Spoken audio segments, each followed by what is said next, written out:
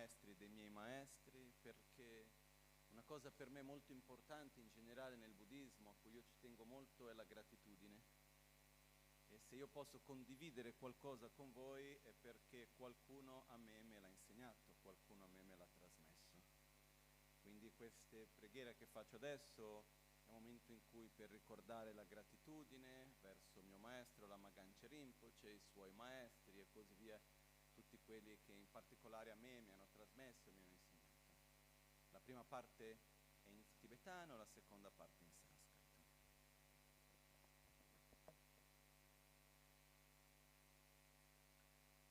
Locho sampo pa gyo tra shi pa tu che tempe tinle yar ngo da pelge drolor zampe ze par chen palden lame shabl solwade Omo aguru vajradara sumati munishas Uta varda nishri badra varsa manya sarva siddhi hum hum Om aguru vajradara sumati munishas anekar Uta varda nishri badra varsa manya sarva siddhi hum hum Om Guru Vajradara Sumati Munisha Uta Varda Nishri Badra Varsa Manya Sarva Siddhi Hum Hum Om Guru Vajradara Sumati Munisha Uta Varda Nishri Badra Varsa Manya Sarva Siddhi Hum Pakyuke Kudan Dagi Lo Pakyuke Sundan Dagi Ngam Pakyuke Tudan Dagi Yerme Chikto Chingi Lo Makyuke Kudan Dagi lo ma kyuke sundan dagi ma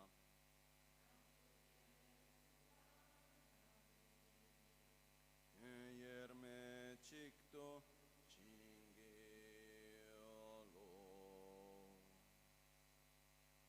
om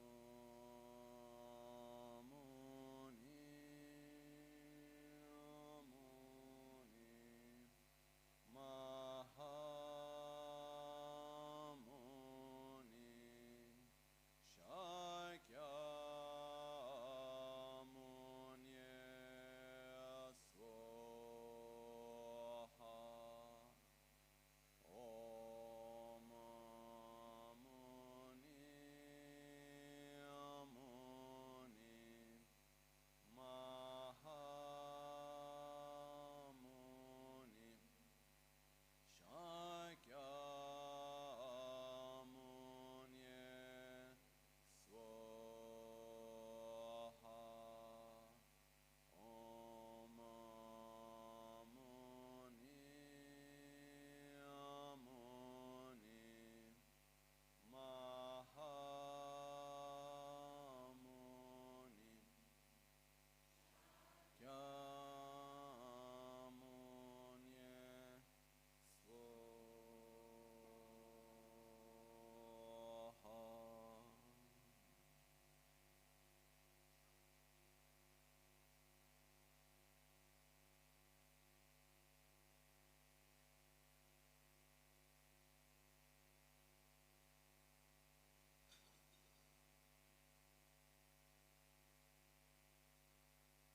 Ok.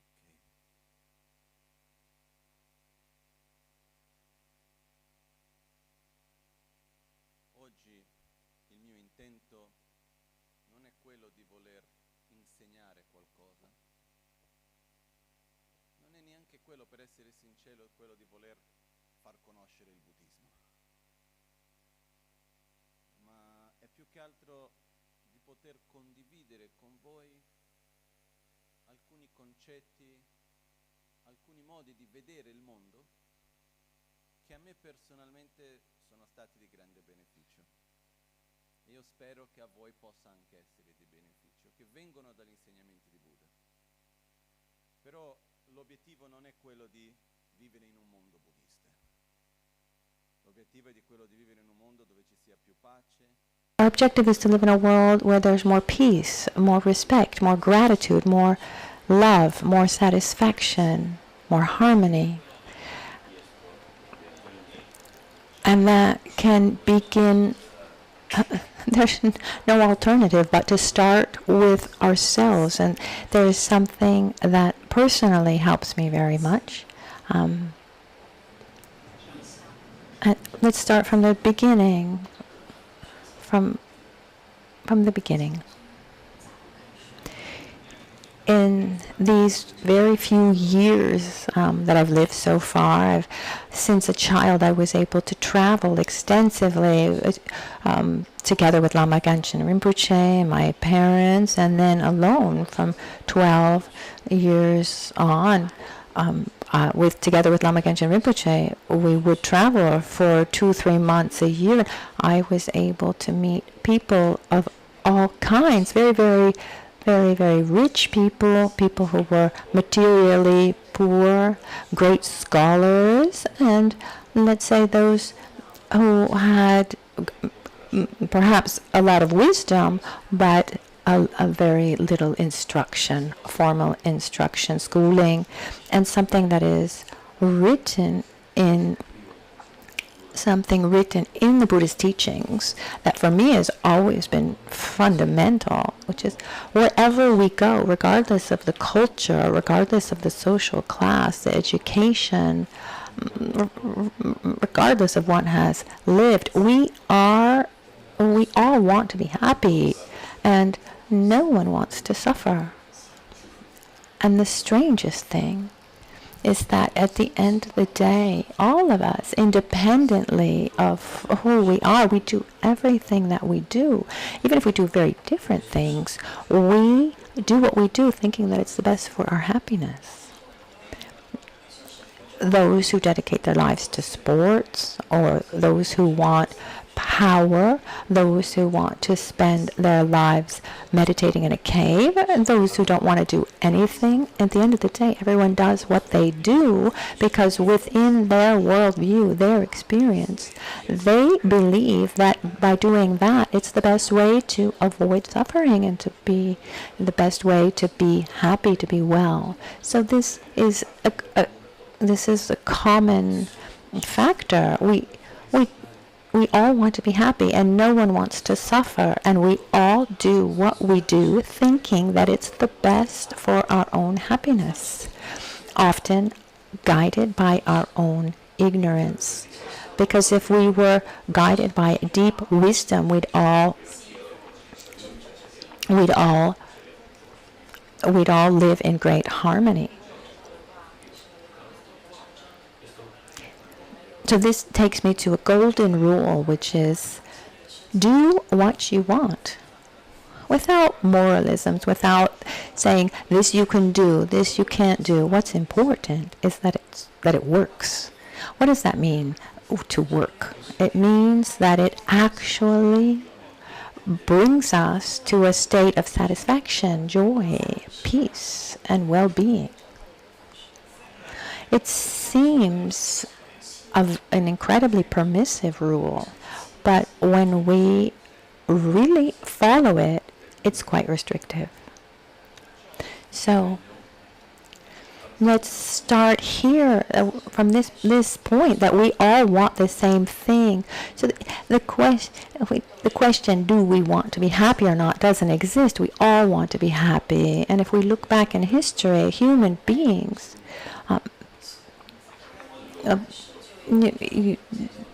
even other forms of life. Let's look at the animals that are closest to us, our pets, our dogs. Do dogs try to be happy? Does a dog avoid suffering? If there's something to eat, if there's something that he likes to eat, and he'll go towards that. If it's hot and there's shade, he'll go towards the shade. He does everything to try, even among herds of animals, they try to avoid suffering. They try to be well and in harmony. This is something that's part of all of us, all sentient beings. And if we look in the history of humanity, we have this quest, this constant quest for being at peace with ourselves, in harmony with ourselves. And if we see on one side, we've been able to reach marvelous things, because what we want to avoid suffering. And there are two forces that guide us: attraction and aversion. So we have aversion towards suffering. We want to avoid suffering. And we have attraction to well-being and joy and feeling well. And consequently, where we project our suffering, we try to avoid it. And where we project our happiness, we try to obtain that. So let's start with the first part, suffering. Suffering is mostly of two types. There's physical suffering and there's mental suffering. Physical suffering, we have the pains of the body. It's hot, it's cold, or thirst, hunger. Or we have this physical pain. Then we have mental suffering, fear, sadness, anxiety, etc. And if we look in our society around us, what do we have more of? Mental suffering or physical suffering? Do we have any doubt that we have more mental suffering than physical suffering? But if we see there are other parts in the world where there's extreme material poverty, and their suffering is mostly physical suffering. Unfortunately, there too many people that wake up hungry and go to bed hungry. One master, actually master of my master, NgalSo Rinpoche, in a teaching that I heard, he said there are two types of suffering, physical and mental. The poor suffer from physical suffering and the rich suffer from mental suffering, and at the end of the day they suffer the same. But where I want to get to is we have been able in an incredible way to avoid physical suffering. There's always food. When it's hot, we have ways to be cool. When it's cold, we have ways to get warm. If we are in pain, we take something to take away the pain. So if we see much effort, most of the effort that has been effort over these last centuries has been to avoid physical suffering, creating material wealth, making sure that that our needs, our survival needs, are met. And then we realize it's not enough. And this reminds me of a joke. I don't remember who told me this joke, but it said in the joke they use the name of the Dalai Lama, but out of respect, let's use the name of a master, a general master. So there's this Lama comes from Tibet. He's invited in America. He is invited to a family in America, and he sees in the first day so much abundance and good food, and everybody who's happy, everyone who smiles, everybody's happy. And he says, "Oh, I think I've taken the wrong road. I think nirvana must be here. I'm here meditating, but this is probably the right thing to do." And then he went at a certain point he went to the bathroom, and then he opened up the medicine cabinet, and he saw there's medicine to sleep, medicine for anxiety, medicine to go to the bathroom. And he said, "Oh, okay, now I understand." So what happens is we have mostly at the beginning we have two world views. that distinguish how we live. Because what happens is, according to how we live our reality, that first view is what I call the materialistic utopia. It's a view where we believe, and it's not conceptual, it's something much deeper, that it's possible to reach a state of joy, of peace, to free ourselves from our own sufferings, mostly through an external material development. So the day that this person will be like this, and this other person will act in this way, and then I'll have this and I won't have that, at that point I will be happy. And the first time that I came to Albagnano, I remember as if it were today. It was in 1999, if I remember well. I don't know why it was in that moment. I was in the car with Francesco and Gabriella, who had come to pick me up from India. It was nighttime, and it was raining. And Francesco said, even if you're exhausted and it's raining and it's nighttime, let's take the lake route. And I was thinking, I'm so tired, what do I care? Just to tell you that it wasn't any mystical moment. But in that moment, I don't know why, I really understood something that changed my life. And it was, problems exist and they will always exist. What's the rule? When a problem ends, a new one begins. And what happens if there's exceptionally a new problem doesn't start? We create it ourselves. This is what normally happens, isn't it? And when I understood this, and I'm not sure, I don't know why it was that moment, and it wasn't even conceptual. In Portuguese we say when the token falls, because in the past there used to be these public telephones, and sometimes these phones the line would take and sometimes they wouldn't, and I was really quite young at the time. I think the younger generations don't even remember this. But there were some times, the coin wouldn't take, the line wouldn't take, and then sometimes it would take. And when I understood this, it brought me a tremendous amount of joy. And I realized that up until that point, I was trying to resolve every problem and thinking, once I resolve this problem, everything will be fine. And I put my energy, my dedication in resolving problems so that everything was fine. Of course, problems should be resolved, that their nature is looking for a solution, but without this expectation that once they're resolved, everything will be fine.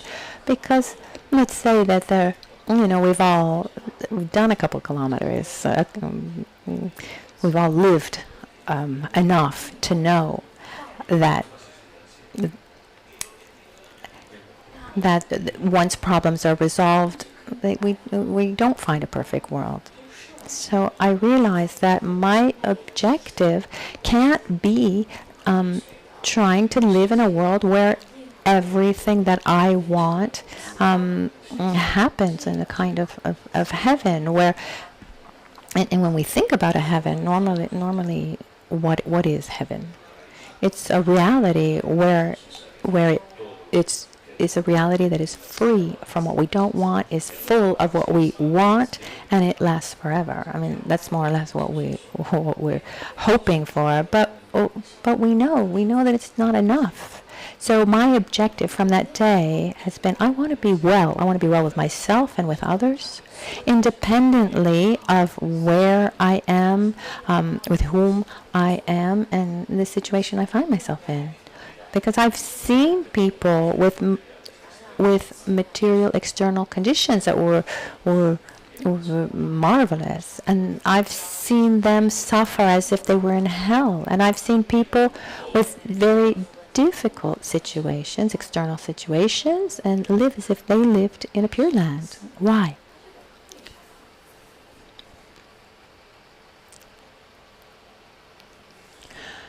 None of us, no one is able to perceive or to live any situation independently from himself.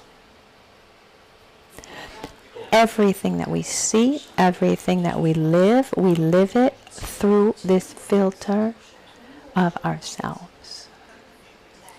And there are many, many filters that overlap. There's the information that we receive, our education, the social, cultural context where we were raised. There's the filter of our body in this present moment. When we have a hormonal imbalance, for example, our perception of the world changes, doesn't it? For everyone.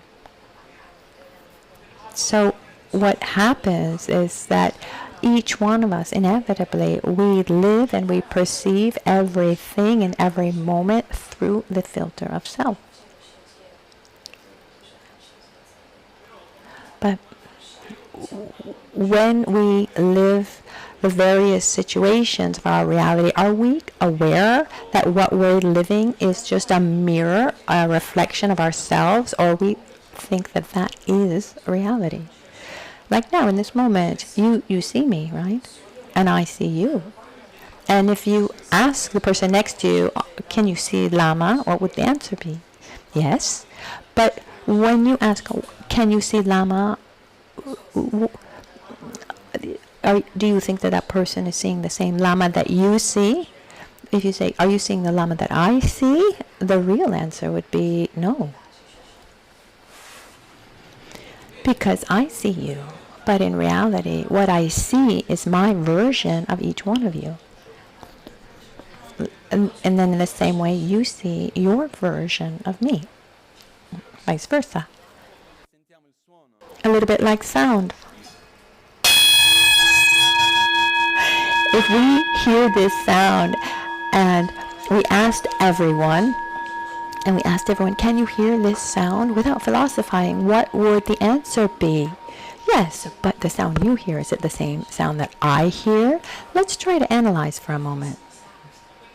The perception of sound is made up of 3 plus 1. We have the vibration in the air. When I touch the singing bowl, there's a vibration from the metal that goes through the air that comes to the hearing of each one of you. That vibration in the air that comes to my hearing and to your hearing, is it the same or is it similar? Yes, it's similar, and because it's similar, it's by nature also different. I just need to move away and it'll be different. So to sound, we need to add also to our actual sense power of hearing. So we have the sense power that perceives the vibrations. My hearing and your hearing, is it similar or is it the same or different? No, it's different. Just according to our age, our body, our hearing is not all the same. And then there's also the sense consciousness, the part of our mind that takes those signals from the air. It comes to our hearing and then sends it to our sense consciousness that says, okay, this sound is this, which is also different. And then we also have our discernment, where we attribute an actual meaning to that sound. If every time in the past, if every time a person heard the sound, got a hit in the head, when he would hear the sound, he would be afraid. Or maybe that sound of the singing bowl brings a tremendous amount of sadness because it connects it with a sad event. So the value that we attribute to this sound, is it the same or different? It's different. So keeping all of this in consideration, are you hearing the sound of the bell that I hear?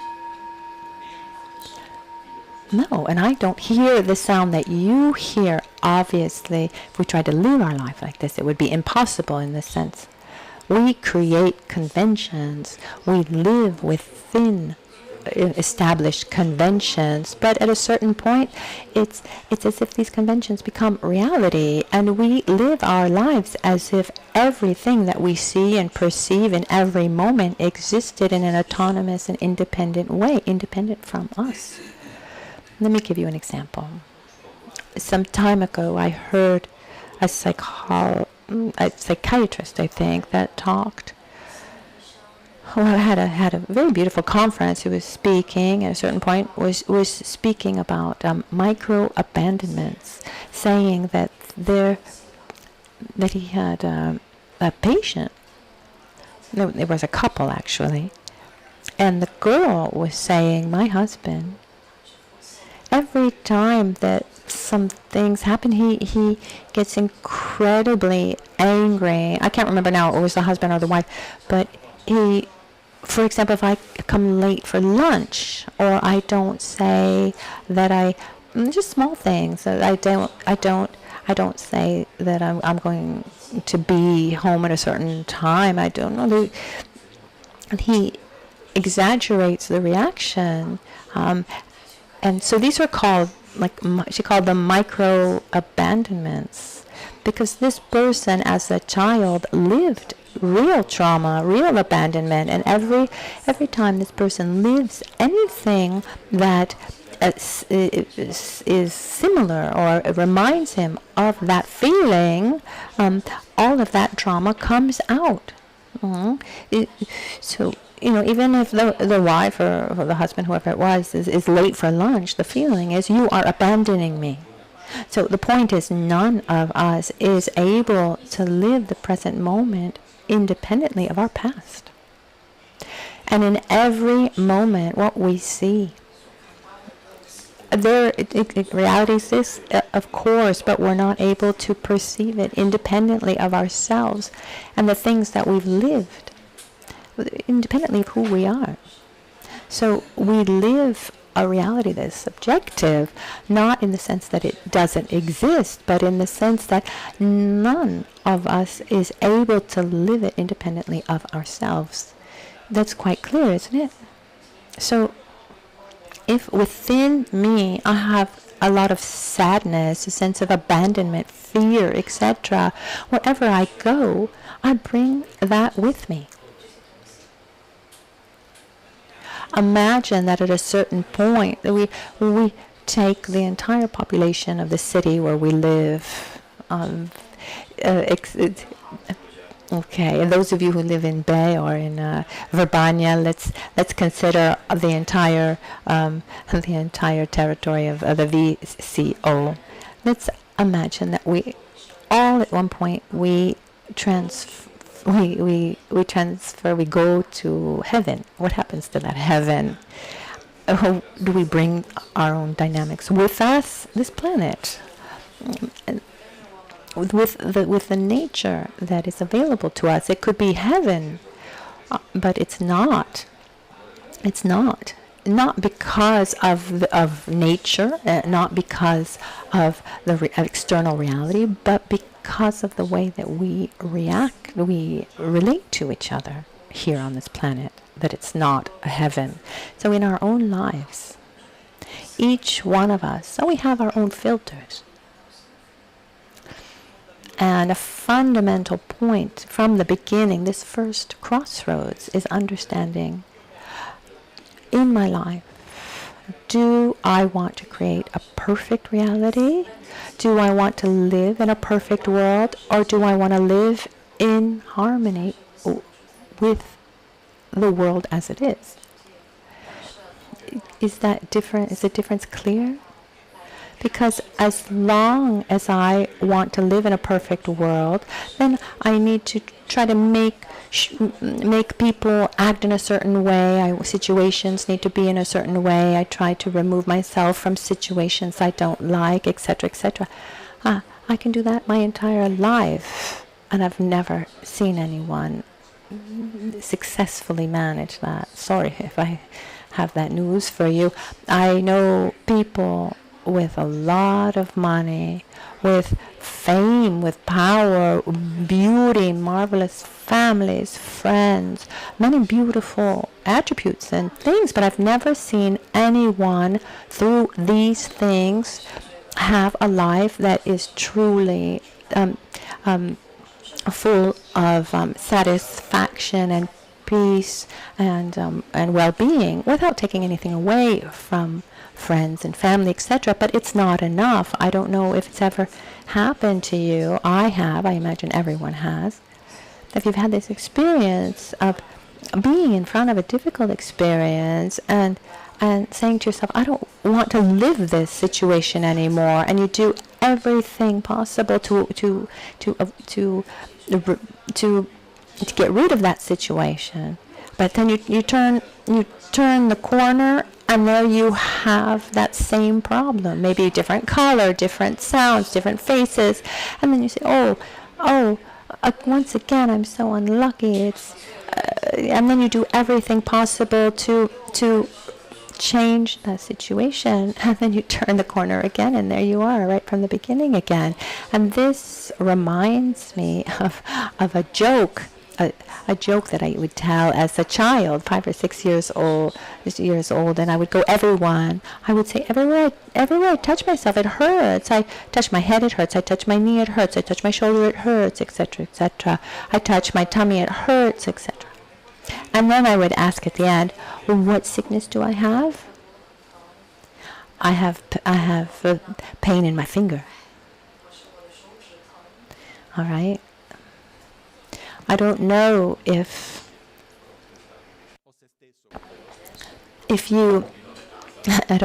you can think of someone who complains all the time, or maybe you think of yourself. I remember a person, it was the birthday lunch, everything was lovely, and I saw that person who was deeply uncomfortable, and that person actually relaxed when something went wrong, because there's that deep habit.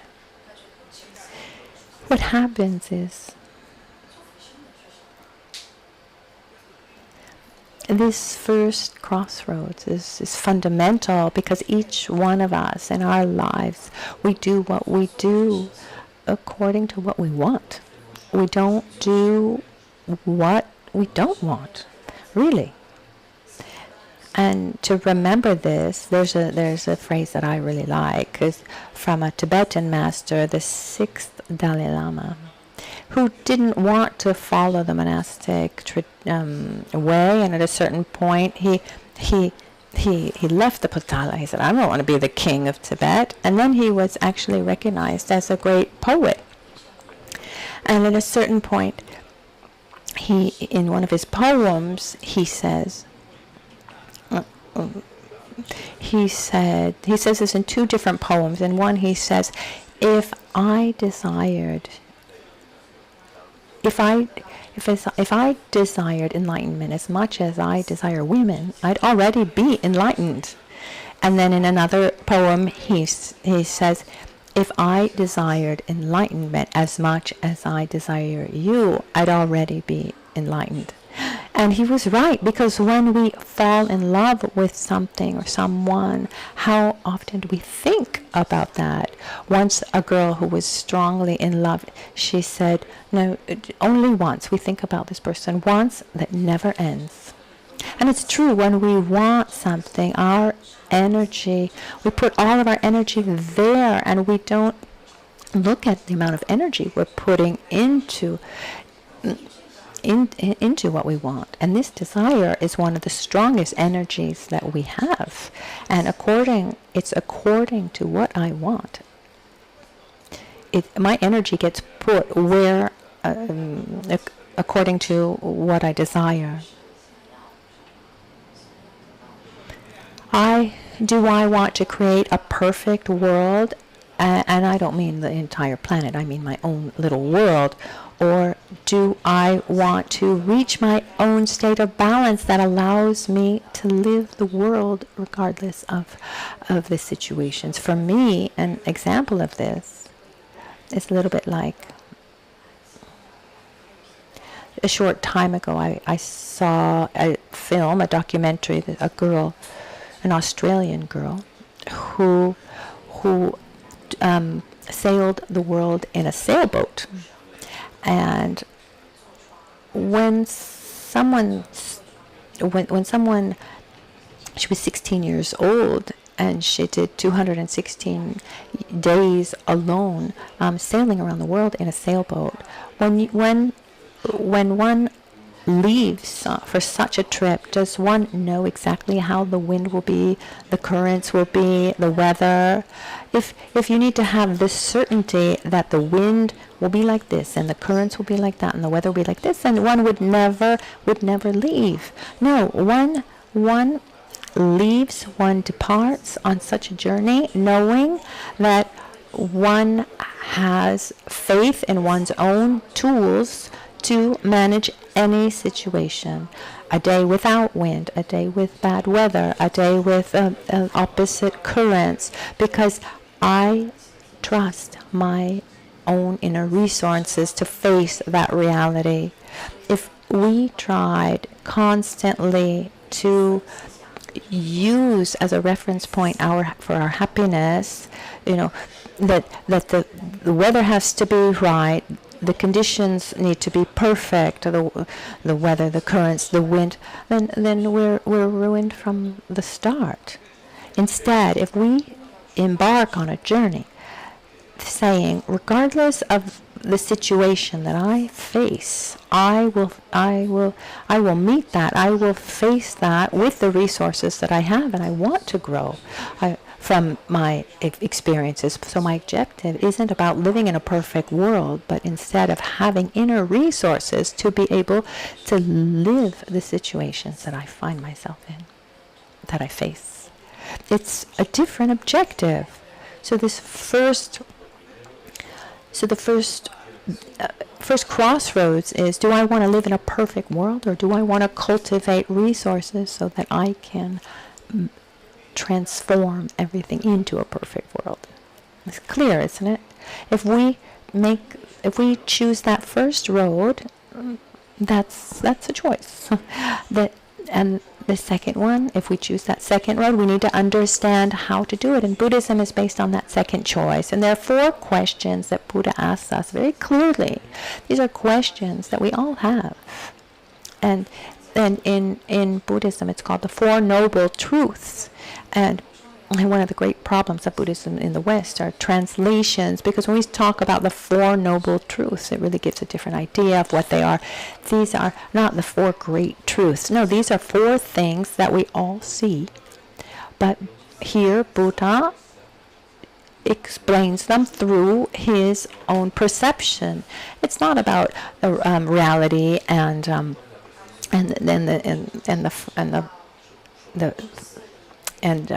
what's real and what's false. No.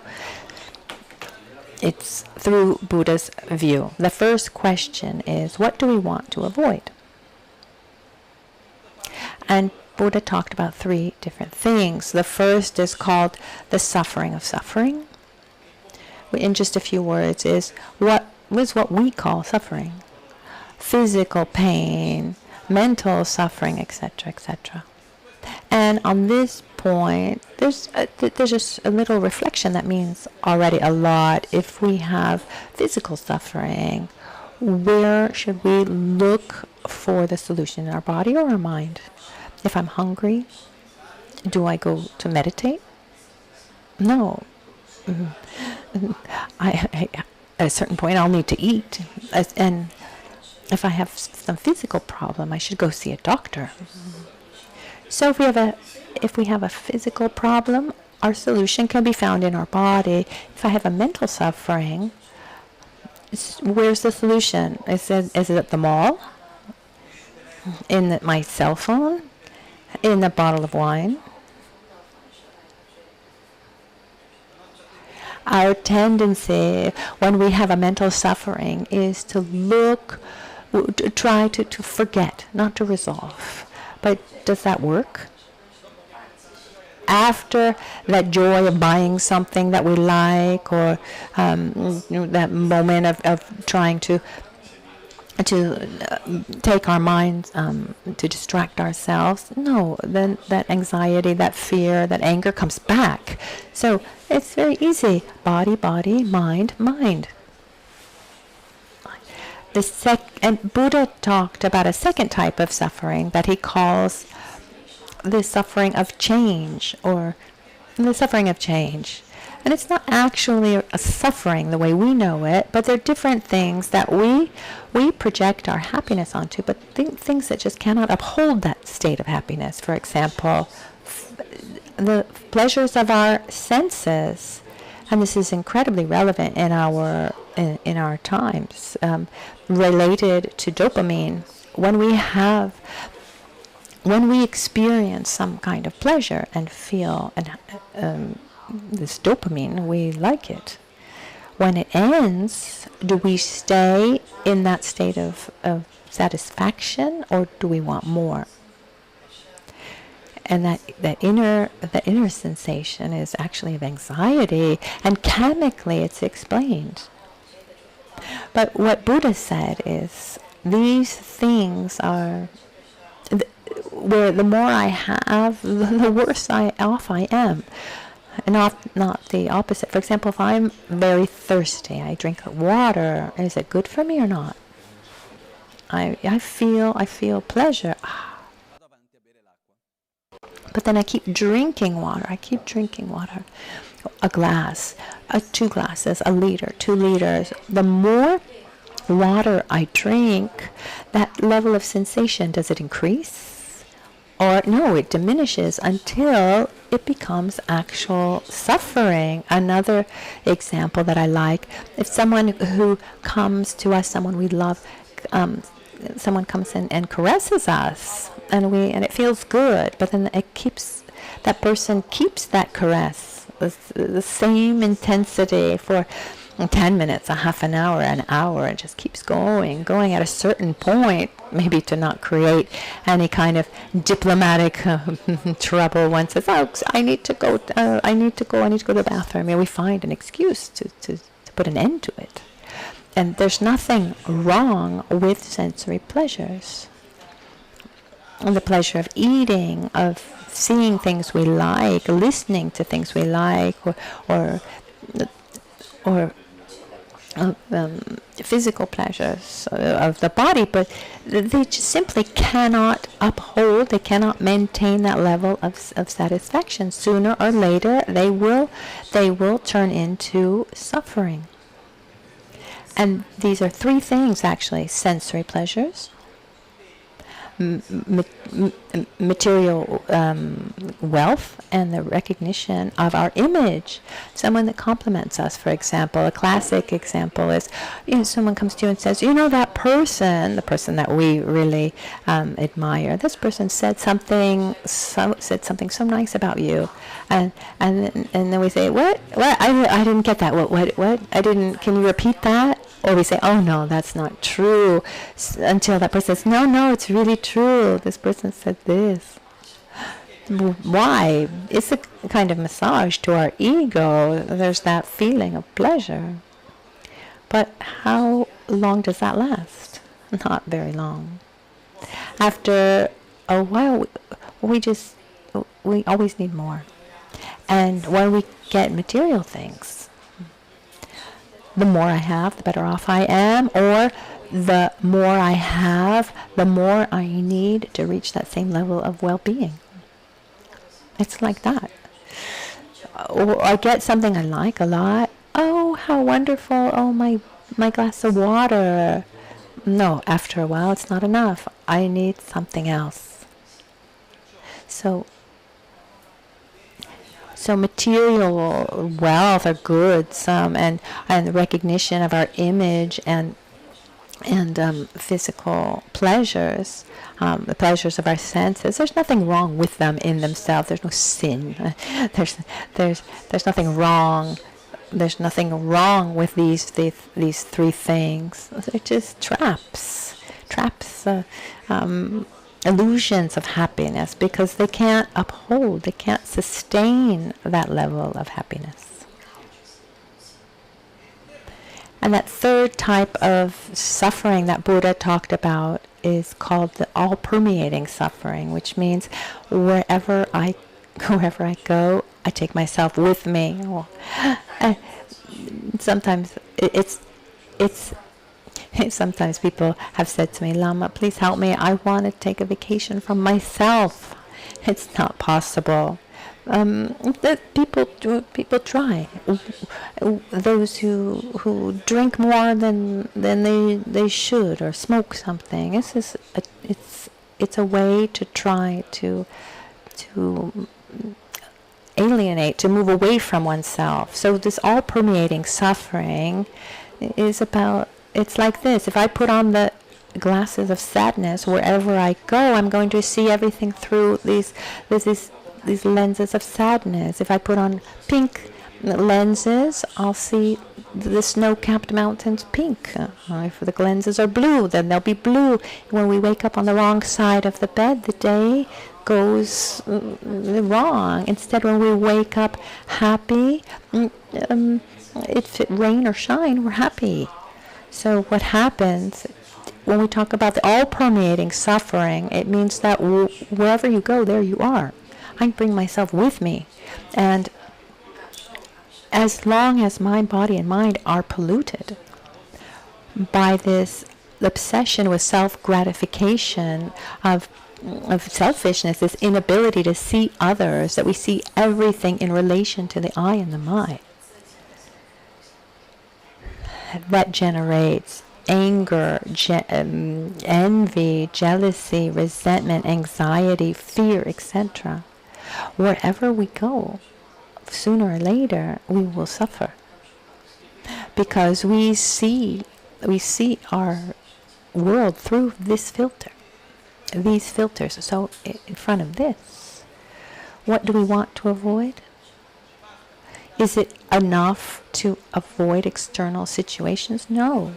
We need to heal our inner wounds.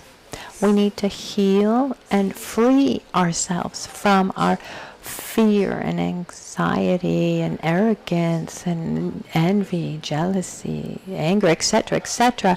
And until we do that, inevitably there will be suffering.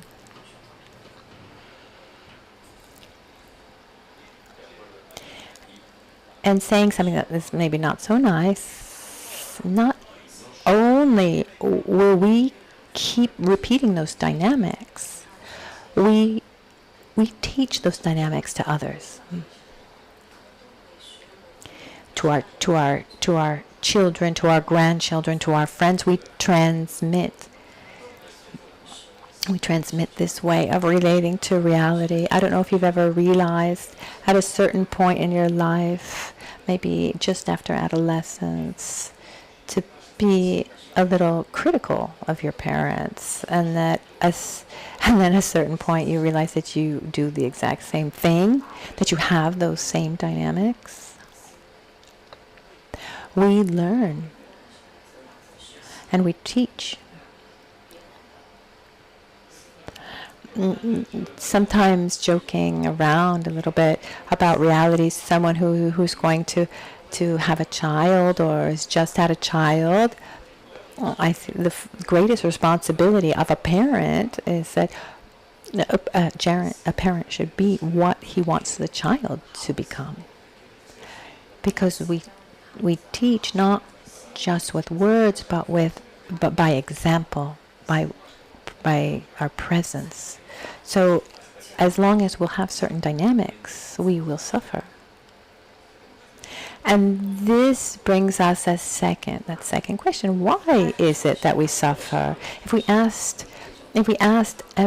everyone without philosophizing, if we ask why we're suffering, do we point the finger inside or outside? Sometimes joking.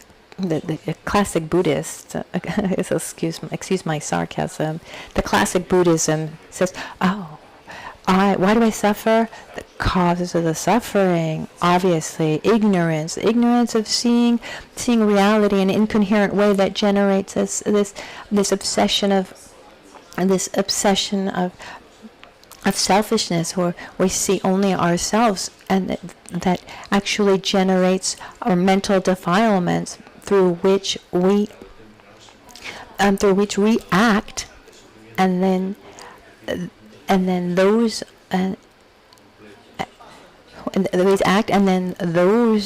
those actions actually create this cycle of suffering to which we react again and again. But then something happens, and then we say, no, it's your fault. So really, we need to ask ourselves with sincerity, why do I suffer? Ask ourselves sincerely why we suffer. It's not easy. Our tendency is, I suffer because people don't act the way they should, because the world isn't the way it should be. When I say world, I mean my world, not the planet, generally speaking. That too, but mostly my own reality. We think that we suffer mostly for 3 reasons. We think that we suffer because we don't have what we want, because the world isn't the way that it should be, and people don't act the way they should act, because reality isn't the way it should be, or I don't have what I think I should or what I want to have. We think that that second cause for why we suffer is because things are the way we don't want. The first is because I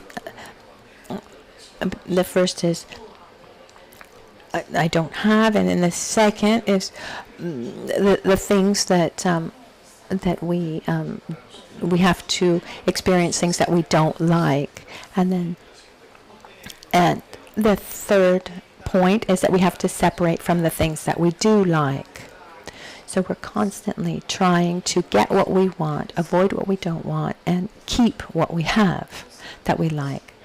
So let's just analyze for a moment. Is it possible to have everything that we want? Is it possible to make reality the way we think it should be? Thank goodness it's not. Because I'm not sure that I trust in my idea of how things should be.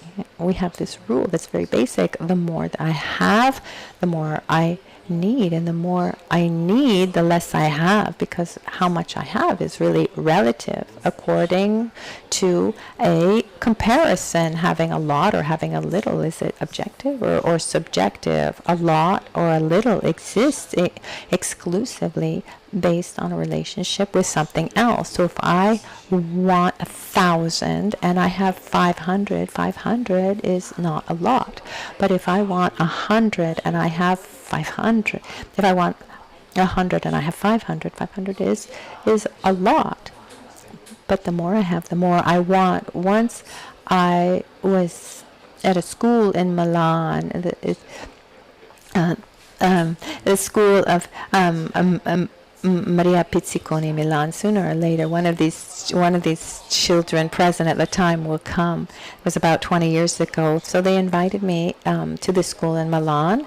I was in this room with about 200 children between 5 and 6 years old, and all seated on the ground in the school gymnasium, and around there were the teachers. And I asked the teachers what I was supposed to do, and they told me that I should talk about Buddhism, and that I had an hour and a half, and I thought, whoa, what am I going to do now? And I thought, okay, no, let's talk about Buddhism. Let's talk about the Four Noble Truths. And I discovered something beautiful, that when you talk to small children, they answer in chorus all together. It's really beautiful, because as we get older, we're afraid of giving the wrong answer, but the small children are more spontaneous. And at a certain point, I asked the children, "Is there a toy that you like?" We were talking about desire, and they said, "Yes." Did it ever happen to you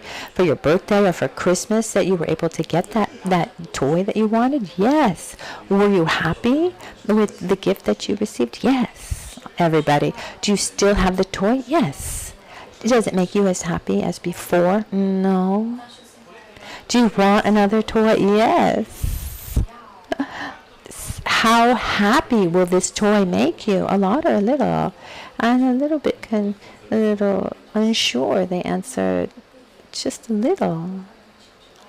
They were not spiritually gifted children. We all know from since children that it's just a trap, it's an illusion. But we keep playing that game. It's like we keep exchanging toys because we don't know another game. Once I was with a friend about to get on his private plane, and he turned to me and he said in English, "The only difference between big and small boys is the size of their toys."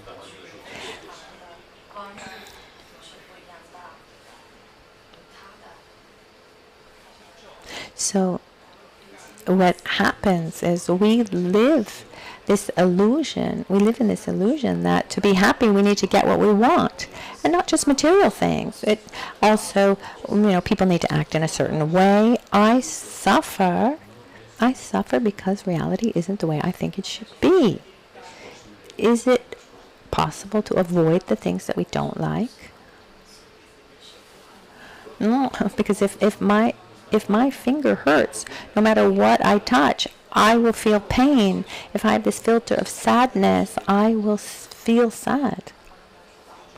If I have this filter of abandonment, wherever I go, sooner or later, I will feel like I'm being abandoned. And here, it just adds something that was really beautiful for me when I realized it. I called this selective cognition, but that may not be the right term. So we don't see what is, we see what we're able to see. What we're able to see, what we're ready to see. A very clear example of this is here in the center a few years ago, talking with the engineers, the architect, and they told me that I need to do an electrical transformation cabins, 2 by 14 meters. Do you have an electrical transformation cabin at your house? I've never seen anything like that. I'm not going to do that. Why do we need to do that? No, they're everywhere. I said, that's not true. I've never seen one. How much does it cost? Oh, forget it. No, because here and there, and actually we needed it. We needed to make it. We made it, and then one day, after they talked to me about this, and they told me they were everywhere. I mean, have you seen them everywhere? And I was insisting that they didn't exist. And then one day I was driving from here to Malpensa, and I don't know because it had rained and then there was the sun, but like mushrooms, there were these transformation cabins everywhere. There are so many of them, one after the other. And I had taken that road thousands of times, and they weren't there before. I assure you, they were not there before. At a certain point, they just appeared.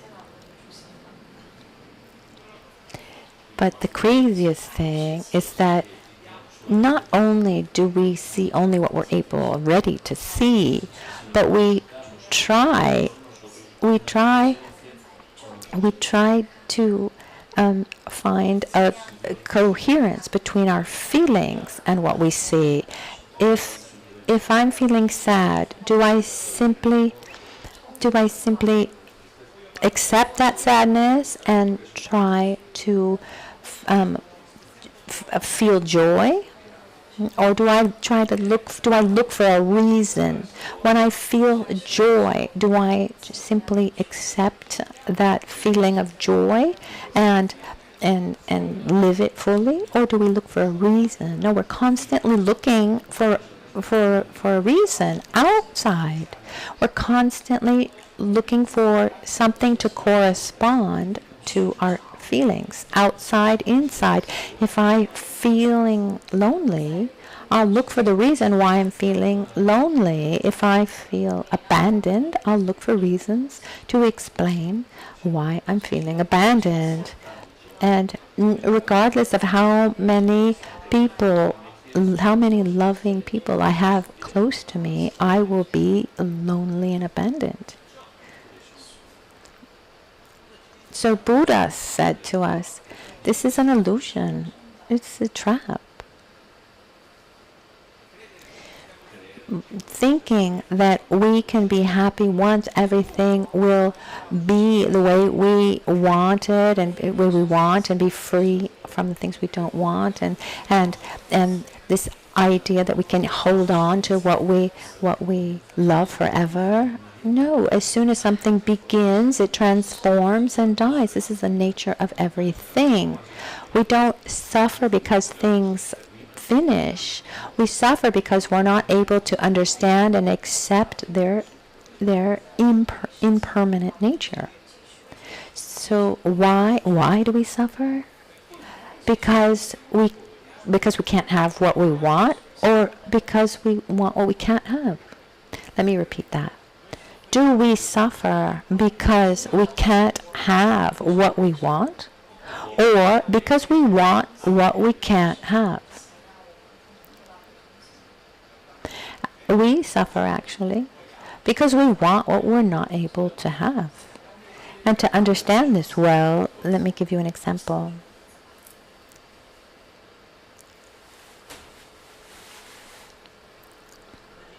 Let's imagine that each one of us here chooses a number. There are many of us. We're not actually going to do this exercise. So everyone chooses a number.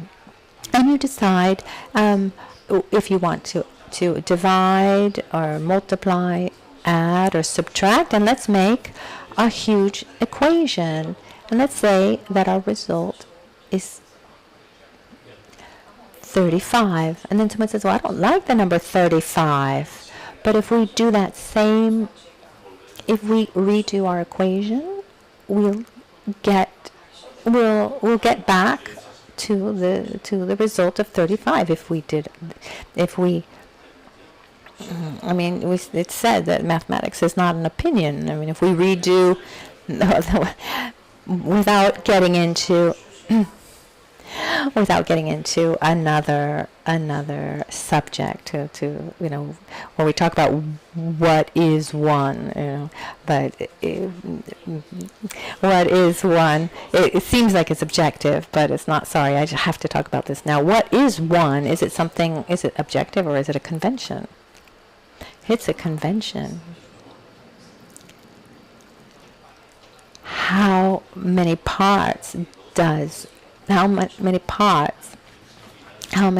make up that unit? Is it a binary system? Is it 10 parts? Is it divided into 12? It seems objective, but it's absolutely subjective. Now let's get back to our example. So we have our result. So following those same parameters, we can keep repeating it.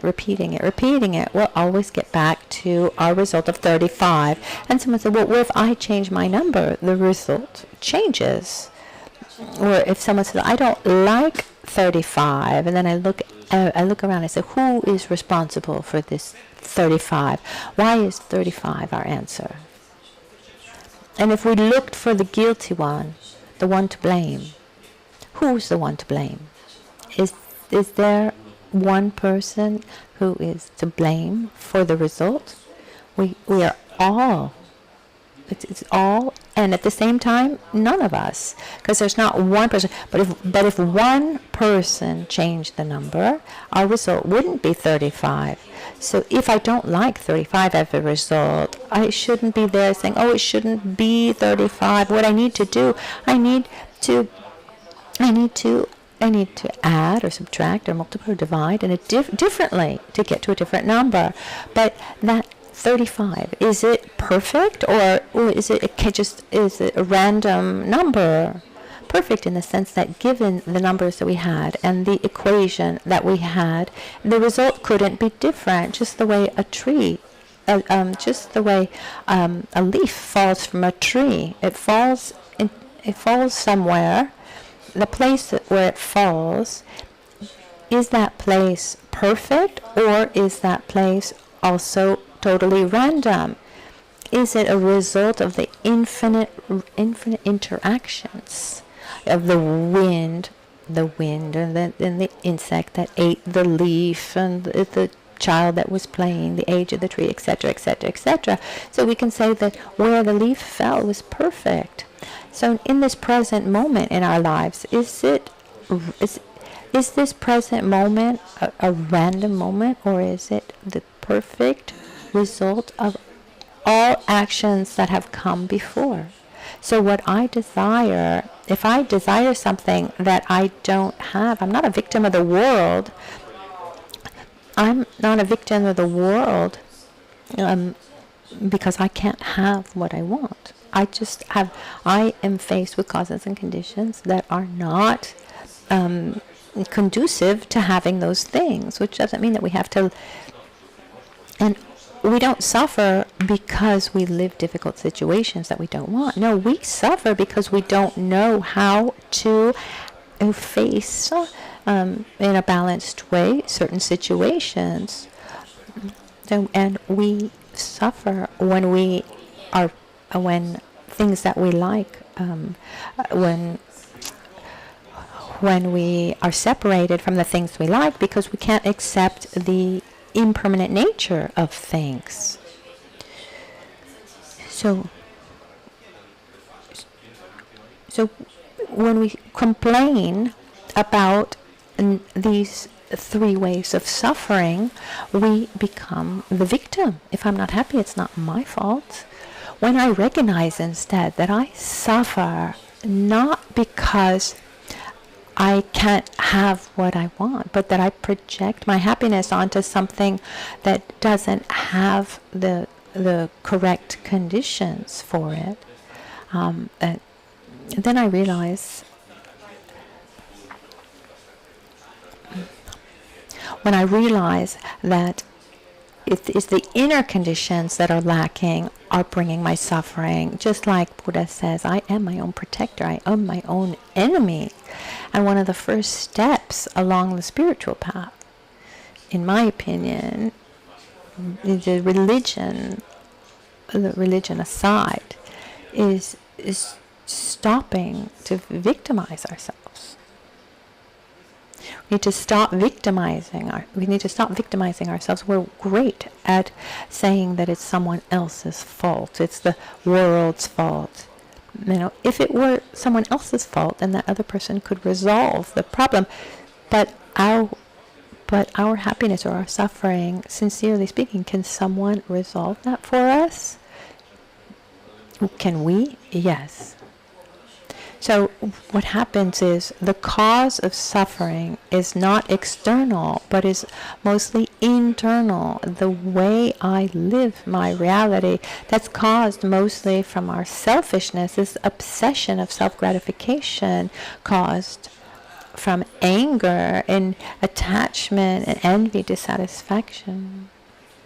That can be summarized in 3 points. We suffer because we project our happiness onto the world around us and situations that can't uphold that happiness. And we have aversion to situations around us, and we have attachment for the things, for things that we have, and we don't allow for a natural flow of things. So that third question, this brings us to the third question: what is happiness?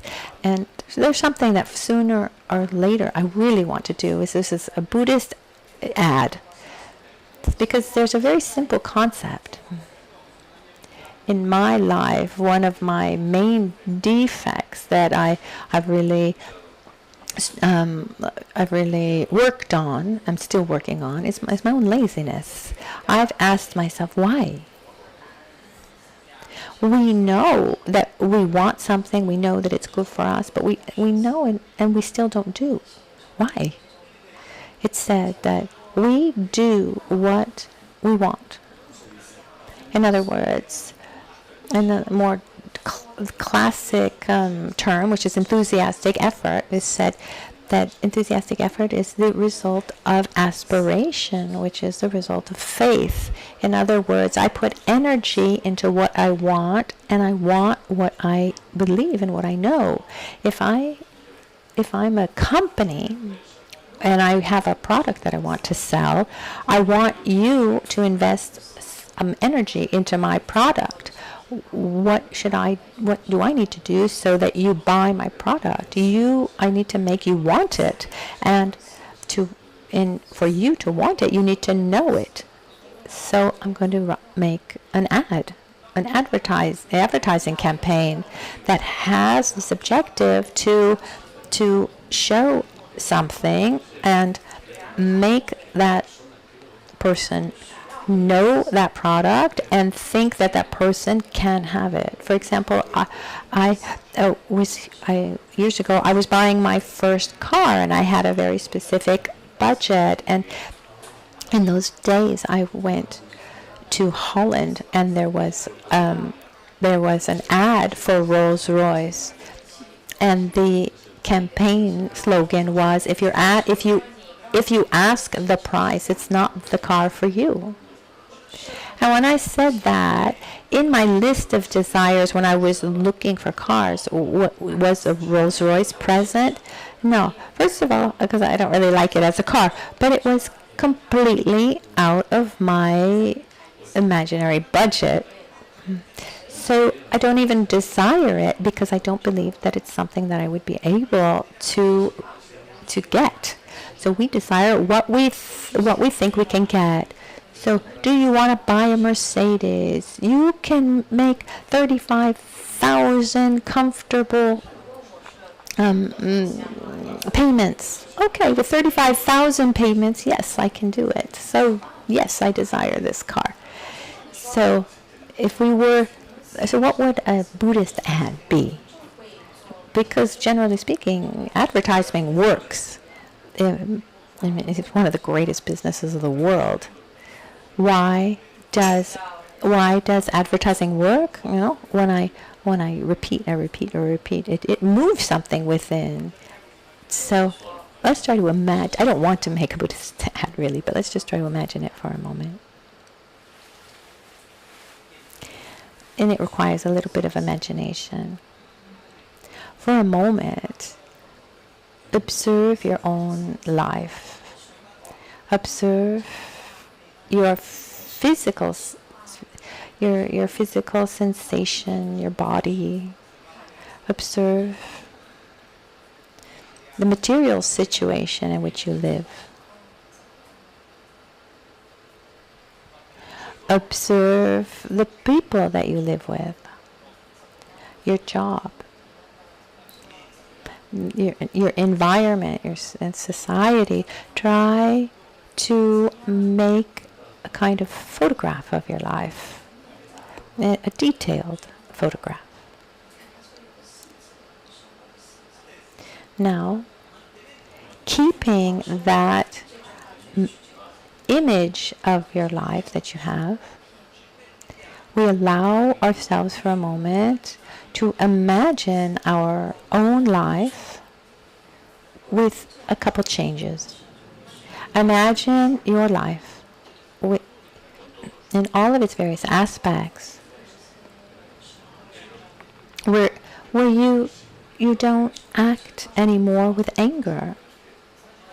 Imagine your life as it is, but where you don't have the expectation that reality needs to correspond to our desires, where there's no more resentment. Imagine your life where you're at peace with your past, in harmony with the present, and in peace also with your future.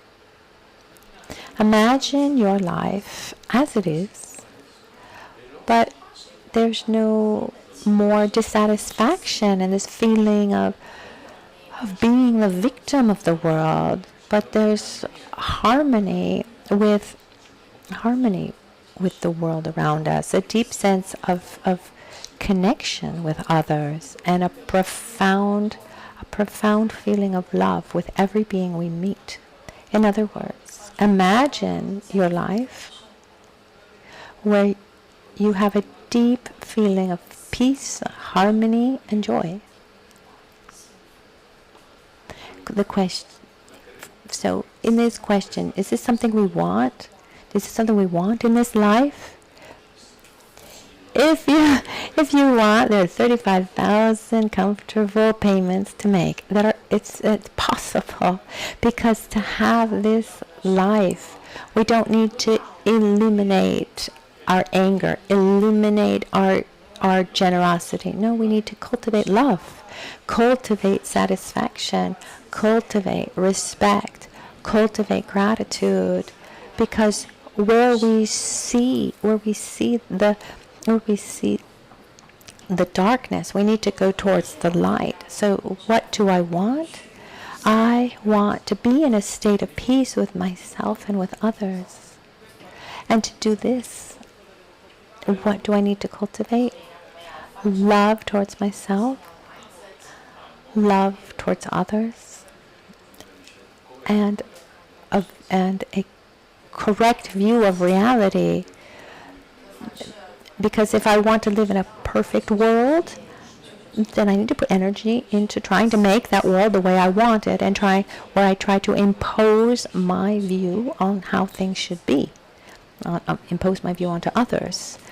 A little bit like when at the beginning of the war that we have in Europe at the time. People ask me, Lama, why is there war now? How is it possible? And thinking, I said the reason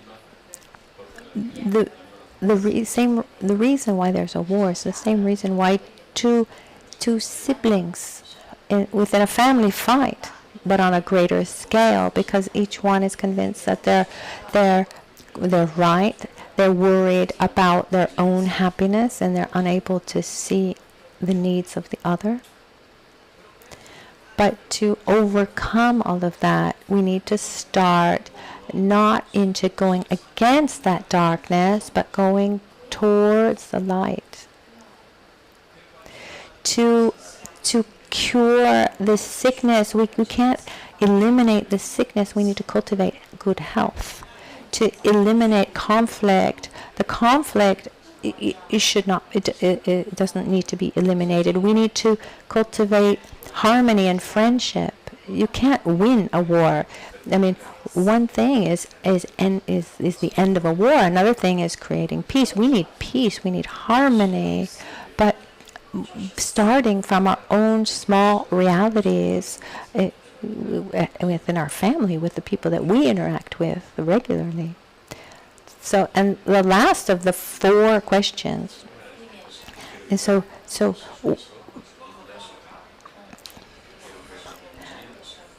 that third question, do I want to have or do I want to be? Just a short time ago, we had a summer camp with many children, and it was beautiful when you talk about things with children. You simplify. You simplify things a little bit, but there were actually adults there, and the adults too were saying, these are the teachings that really touch me. So the first question with the children was, what is the mind? And not even the scientists have gotten to a conclusion that satisfies them all. We said, so the definition we got to was that through which we see and experience everything. And then the second question was, is there an inner reality, or is there only an external reality, or is there also an inner reality? So there's also an inner reality. And what about the past? What is the past? Pasts are memories. So the past is past. But we have things that have stayed, and an important job for us is to is being at peace with our past. And to be at peace with our past as long as we are not at peace with our past, we cannot live our present well and in harmony, and at that point we won't be able also to project a positive future. We need to accept the negative things that have happened in the past, feel grateful for the positive things that have happened. And there's an important point about acceptance. Acceptance doesn't mean just acceptance means putting our energy into the solution instead of being trapped in the problem. Because if I'm in front of something that I don't like, I can spend all day long, all month long, my whole life long, complaining about that thing. There's something I don't like.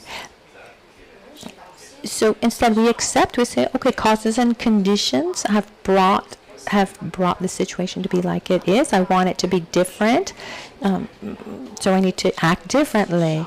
So when I accept, I accept this present moment, and then I redirect to the future that I want. I'm in harmony with the present. I don't go against what is, but I try to redirect what I want. If I asked everyone here, is there something that you would like to be different? For me, yes.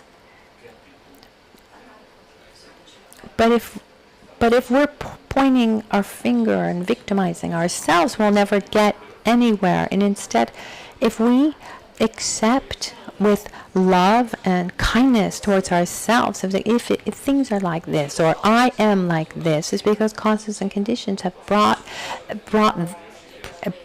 me to be like this, like the leaf that fell in the perfect place. But if I want to be different, then I need to direct myself differently. So we should be at peace with our past, sadness and fear and resentment, to not stay attached to those feelings. And that also, this last point that we saw with children, and here we're going towards our conclusion, is about what is the future that we want. So first of all, what is future? Future, where is the future? Our future today is in our imagination. Today, in this moment, or here, this morning when you woke up, at a certain point you said, oh, today we're going to Albagnano. And when you said we're going to Albagnano today, Albagnano was still in the future. But it was that future that enabled you to take your car, take the shuttle bus, and get here. It's the future that allows us to direct our present. It's the future that allows us to embark on one direction or another. So using the terms I used for the children, and if we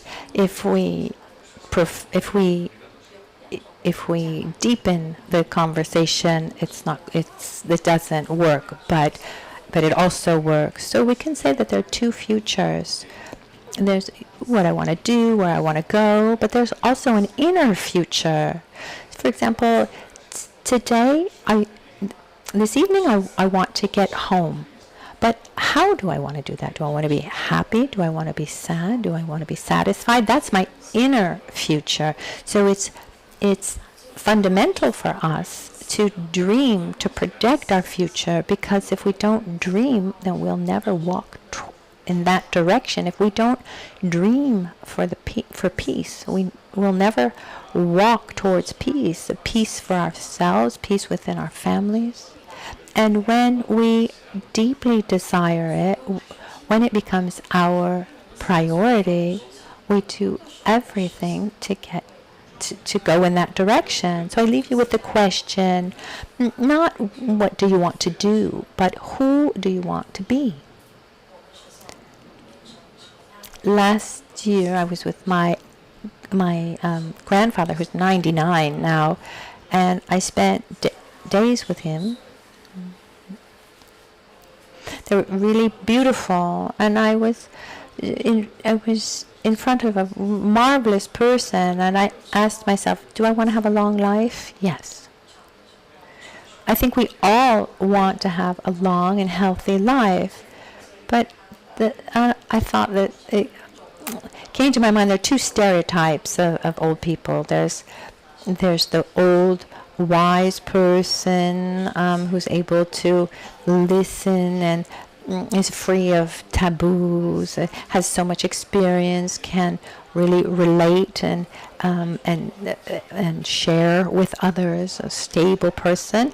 And then we have this other extreme, the stereotype of an old person who is grumpy and that has no patience and is only concerned about himself. I mean, so we have these two stereotypes. Who do you want to be? What kind of old person do you want to be?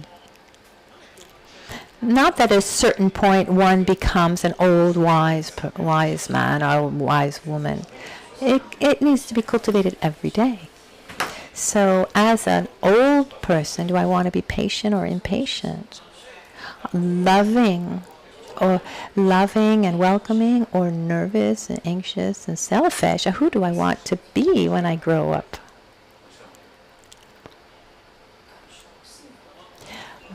Once a friend of ours in Brazil, as an actress, said that when she met Lama Ganchen, she had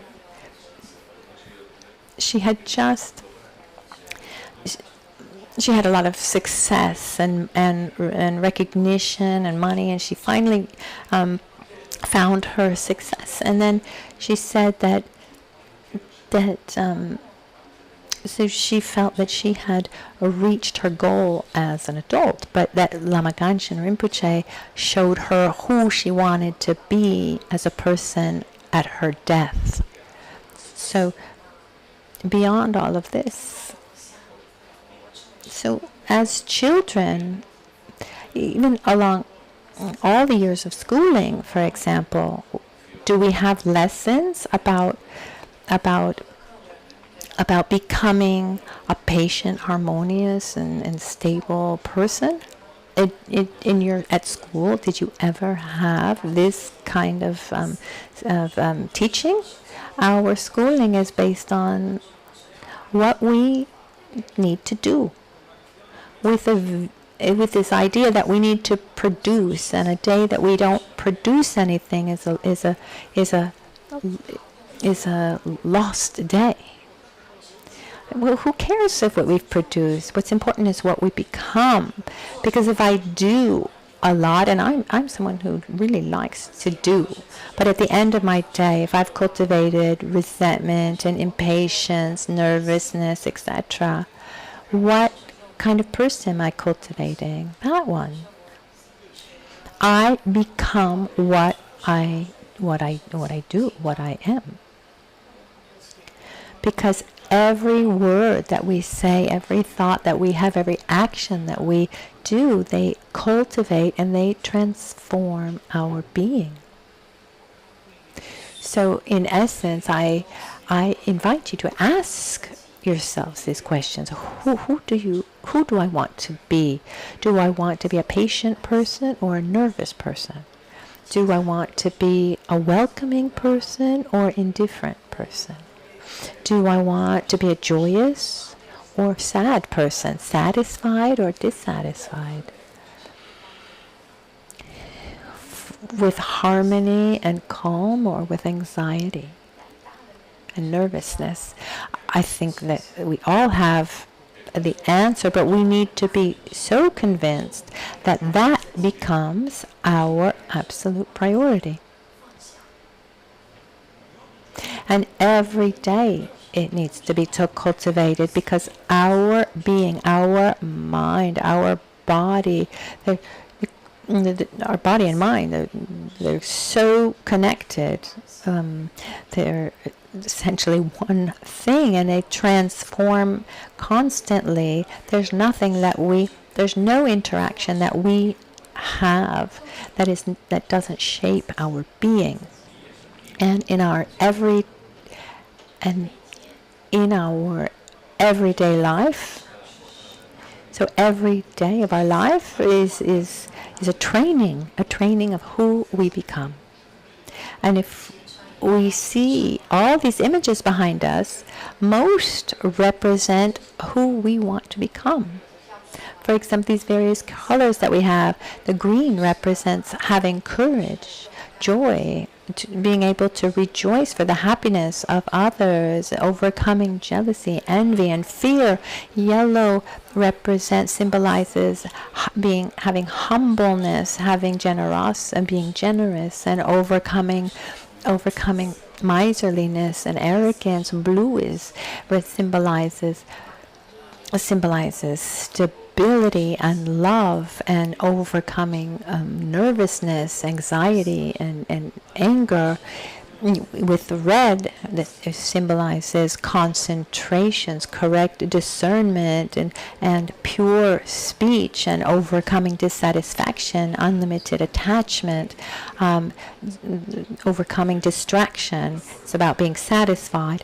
And white symbolizes overcoming ignorance and generating the correct view of reality, and by doing so generating perfect harmony with every phenomenon.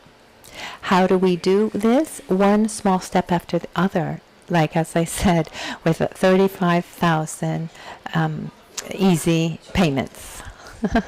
There's something, just as it's important to have faith in Buddha, we need to have the same faith in ourselves. I have faith in where I want to go, but I also have faith that I can get there myself. And it's important for us, first of all, to cultivate our desire to repeat with constancy, repeat constantly, who do we want to become? Where do we want to live? I want to be a small positive part in this planet where I live, because complaining about the war is not enough. We need to be part of the solution, and being part of the solution is about being a part of the solution of peace, constructing peace day after day. It's easy to go against the war and then have war at home. We need to start by cultivating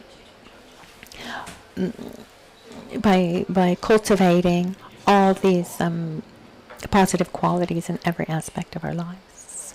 So I want to thank you for being here with the open heart and an attentive mind. As I said before, our objective is not to live in a Buddhist world. Even the creation of this center is not about trying to convert anyone to Buddhism. Instead, we are here to welcome anyone who wants to come. And if there's anything that you have heard or that you see that you think can be beneficial to you, try to put it into practice. Now, when someone asks me, but when you look at the world around you, are you optimistic or pessimistic? I don't know you, but when we see this situation on this planet,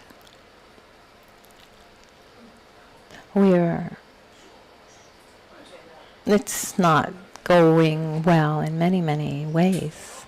But when I see individuals, when I see each person, I am only optimistic. I can only be optimistic because each person has an enormous potential of love and gratitude and respect, peace and harmony. The problem is when we just keep pointing our finger at others instead of looking within and cultivating these qualities within. So what I ask you with my whole heart, do everything possible. I ask myself as well. May we all cultivate our own potential because we can do so much. We can do so much. The process in the Buddhist context, it starts with desiring. I mean, we need to listen, understand, and then we familiarize ourselves with what we want to obtain. And this process of familiarization, called, in some contexts, bringing the result into the past, comes through meditation. And there are many, many, many ways. One is the meditation.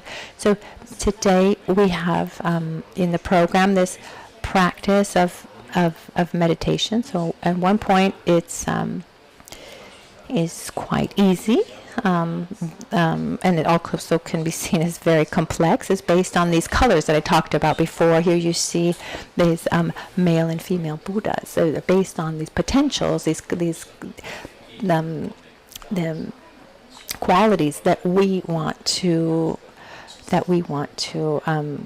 perfect, so that we can identify ourselves with our potential. I can identify ourselves with its potential, and we do this with the recitation, with the visualization, with the mudras. Once Lama Ganchen said, you need to experience it to understand it. In the West, instead, we like to understand something first and then understand it. But when you take medicine, for example, you don't need to understand all the ingredients and how it affects the body. No, first you take the medicine, you see if it works for you. And with this meditation, it's more or less like that. So let's do a short dedication now, and then a short dedication. And then those who like to come back for the meditation, you're welcome to come back. So here now, let's dedicate what we're doing together. We dedicate the energy, dedicate everything positive that's been generated first for peace, for the peace in the heart of every being, every person. More than peace between nations, let there be peace within one's heart. And let's remember also the environment. May we live in a peaceful, healthy environment, and let's dedicate also for the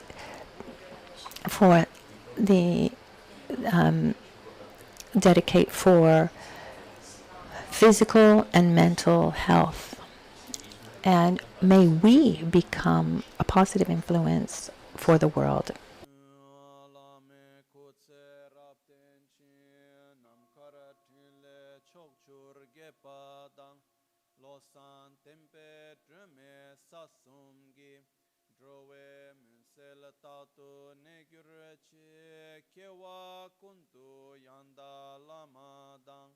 Dalme cheki pela longche ching sadan lamge yunten rabzone dorje change kopan yurtobe sho nimo dele tsendele nime kuyande ninsen takto delek pe kuncho sumke chingelo kuncho sumke ngodrubo tsol Oncho sumke trashi